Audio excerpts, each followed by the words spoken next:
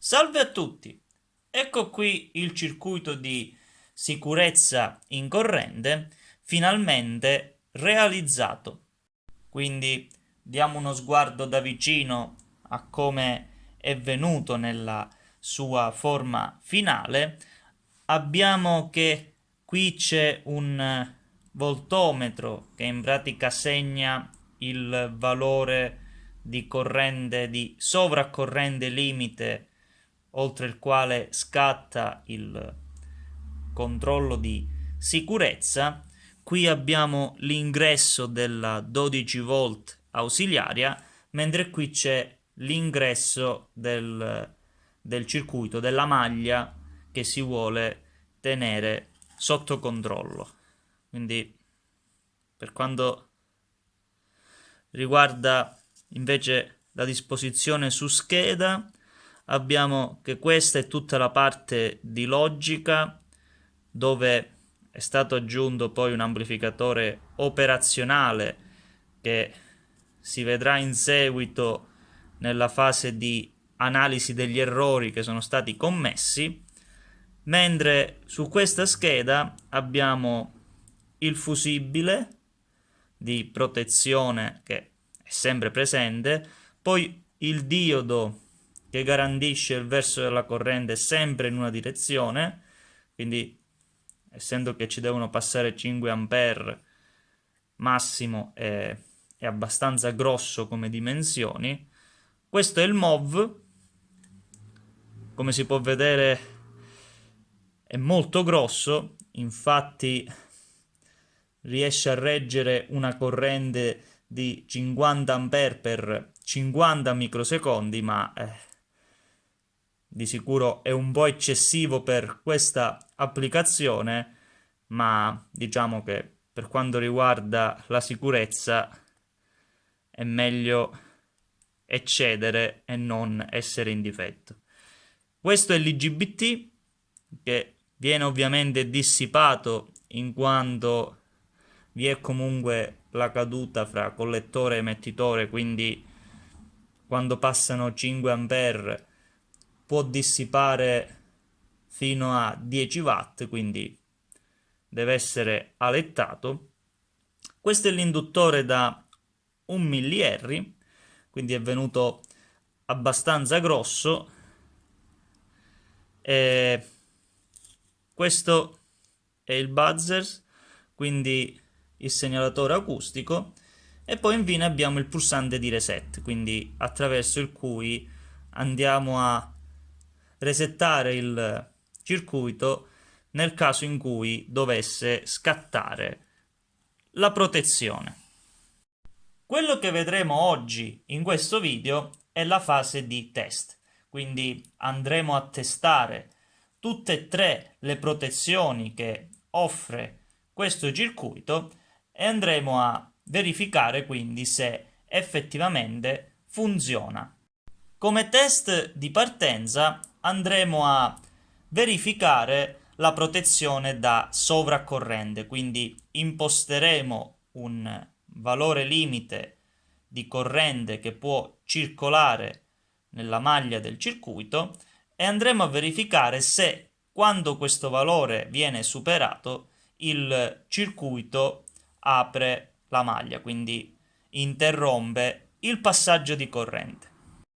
Ecco qui il setup del primo test, quindi abbiamo qui l'alimentatore che alimenta questa resistenza che si trova in serie col circuito di sicurezza, ha una tensione di 12 volt e qui in questo momento sta passando 1 ampere perché la resistenza è da 10 ohm più la caduta di 2 volt sull'IGBT è di 1 volt sul diodo, quindi più o meno torna con i valori presenti nel circuito.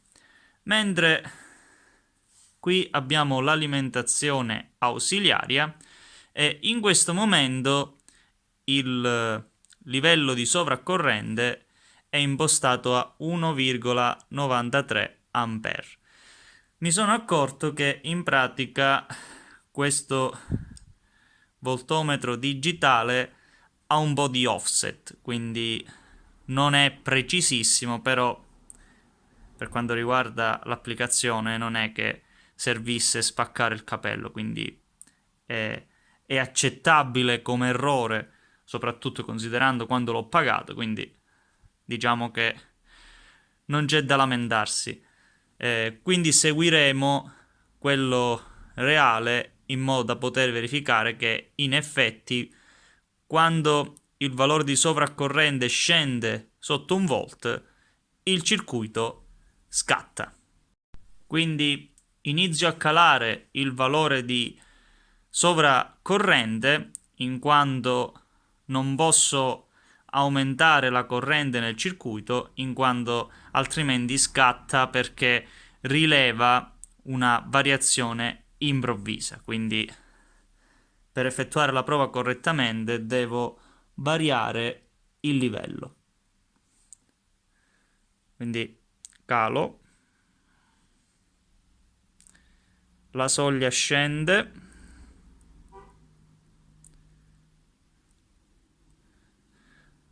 siamo molto vicini allo scatto, quindi un altro po', ecco qui, ha rilevato la sovraccorrente e quindi ha aperto il circuito. Ok, ora suonerà all'infinito se non aumento la soglia. Ok, quindi la prima prova è superata. Come secondo test, adesso andremo a verificare la protezione dalle variazioni di carico. Quindi inseri nel circuito una resistenza di valore noto e poi in parallelo andrò a connettere improvvisamente una seconda resistenza. Quindi la corrente varierà improvvisamente e quindi quello che dovrebbe fare il circuito è interrompere nuovamente il passaggio di corrente perché appunto rileva questa variazione non prevista.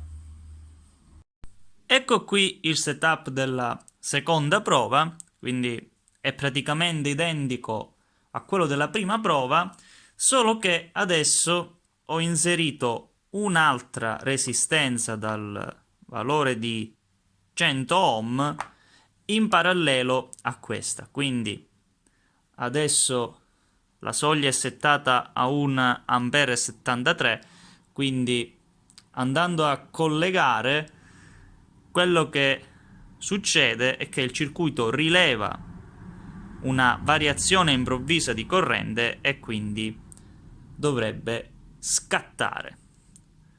Ora vado a toccare, non scatta. Forse perché 100 ohm in effetti vanno ad aumentare solo di 100 mA, quindi vado ad aumentare la sensibilità del circuito, riprovo, ancora non scatta perché evidentemente comunque 100 mA sono piccolissimi, quindi no, lui non vuole scattare.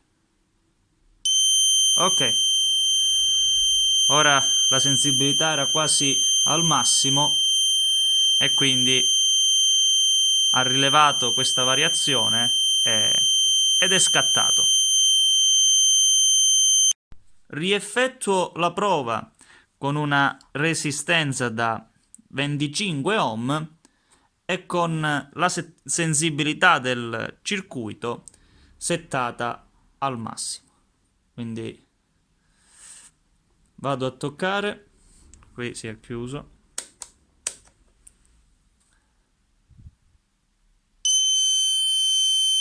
Questa volta scatta con la sensibilità anche al massimo perché la resistenza è più piccola, quindi la variazione di corrente è più importante.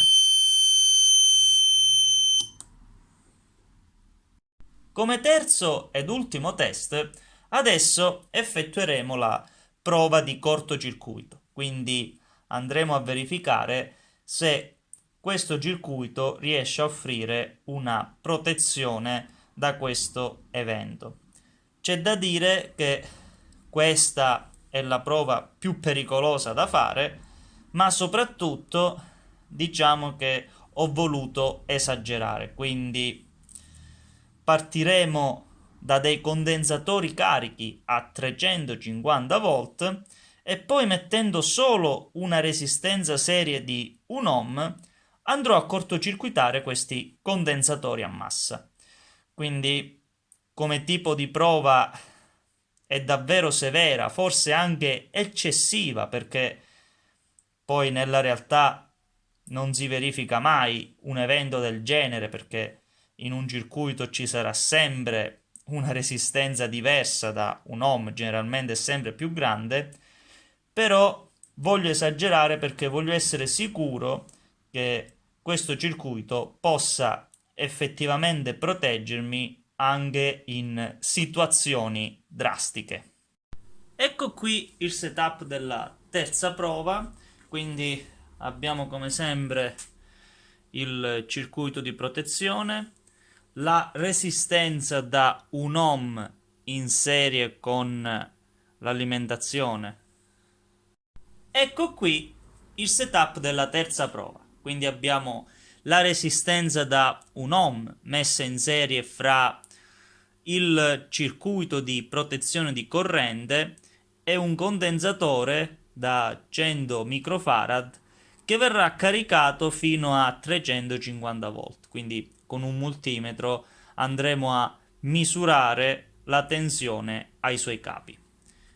Inoltre è stato inserito anche questo interruttore che è quello di un campanello, quindi quando io andrò a premere questo interruttore si chiuderà il circuito di questa maglia e quindi avverrà il cortocircuito.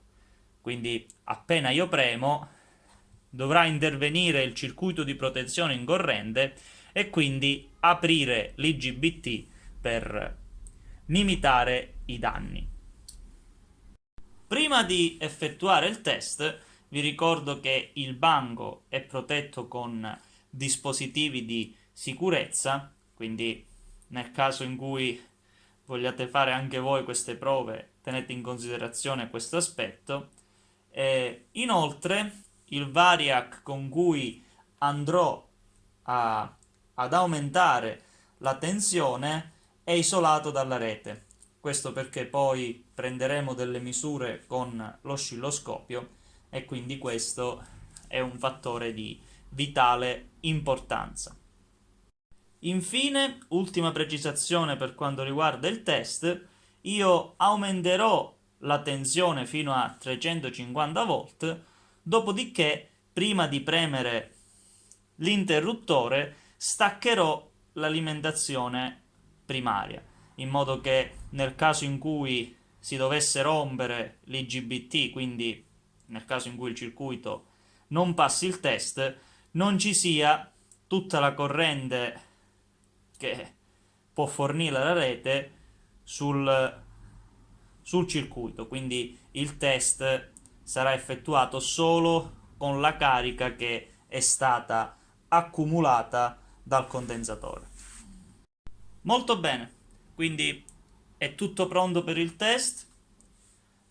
Aumento la tensione.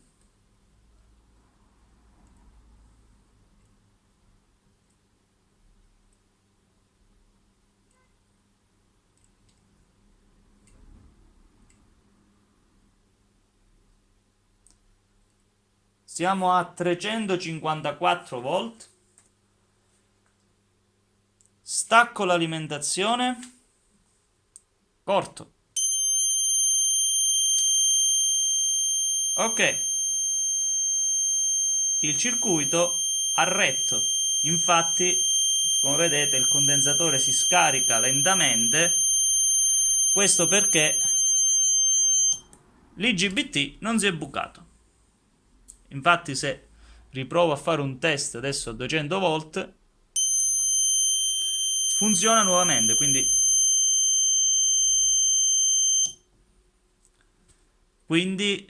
il test è superato. Ho effettuato una cattura dell'evento di cortocircuito ed ecco quello che si vede. Quindi in giallo abbiamo il segnale che arriva al flip flop, mentre in azzurro abbiamo il segnale sullo shunt di corrente. Quindi in questo istante avviene il corto. La corrente non aumenta subito, come si può vedere, perché è limitata dalla presenza dell'induttore che abbiamo inserito nel circuito. Ma arrivati a un certo valore di corrente, evidentemente l'induttore satura e quindi consente il passaggio improvviso di una corrente molto molto più alta. Vedendo la scala e sapendo il valore dello shunt di corrente, la corrente che passa in questo frangente è di circa 100 A. Ma comunque l'IGBT riesce a reggere benissimo, in quanto sul datasheet era riportata una resistenza al cortocircuito di circa 10 microsecondi, quindi comunque rientra in quelle che sono le sue specifiche. Per quanto riguarda invece la parte di controllo, abbiamo che il tempo che trascorre da quando avviene il cortocircuito a quando l'IGBT si chiude è di circa 20 microsecondi. Quindi passa un tempo di circa 15 microsecondi che il controllo non si accorge di quello che sta succedendo.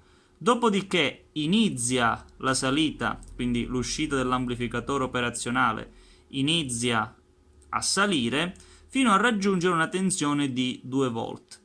Infatti il MOSFET che ho messo come controllo del flip-flop aveva una caratteristica di tipo logico, quindi già a 2-3 volt inizia ad accendersi.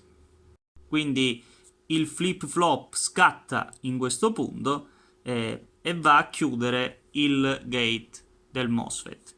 Queste qui invece sono le rampe successive, quindi le rampe relative al controllo di variazione di carico, in quanto comunque, avendo rilevato questa grossa differenza di corrente, ovviamente scattano, però sono più lente rispetto al controllo principale. Quindi diciamo che impiegano un po' più di tempo. Ma comunque, tutto sommato, questa prova ha evidenziato come il tempo di 50 microsecondi che si era impostato a inizio progetto sia ampiamente rispettato, in quanto, come si può vedere, il tempo di azione in cortocircuito è di 20 microsecondi.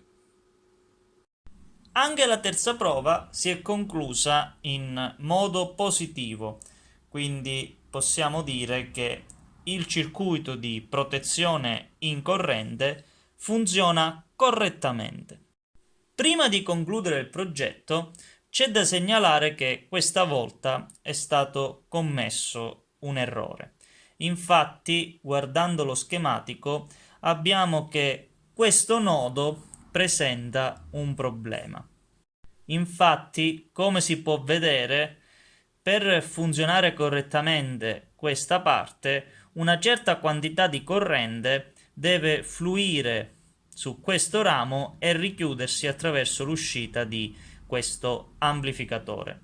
E questo crea un problema, in quanto, essendo che questo ha la funzione di amplificare la tensione letta su questo nodo, otteniamo che se l'uscita assorbe della corrente in ingresso, la tensione non potrà essere minore di quella della caduta del transistor di uscita, quindi in pratica all'incirca 0,6-0,7 volt.